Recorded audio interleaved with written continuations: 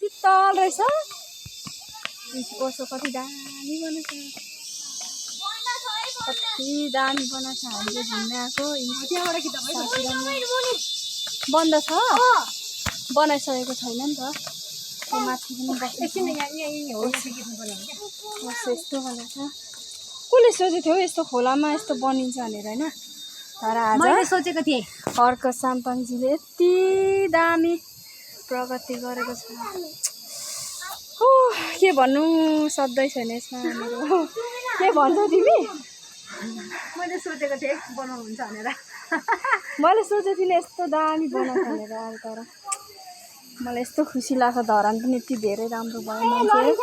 कति कति कति मान्छे आएको छ घुम्नेलाई यहाँ माथि माथि माथि माथि कति घुम्ने ठाउँ छ यहाँ तल तल ए यहाँ अहिलेलाई मात्रै यति गर्ने कति होला है 1000 छैन 400-500 छ होला है तर है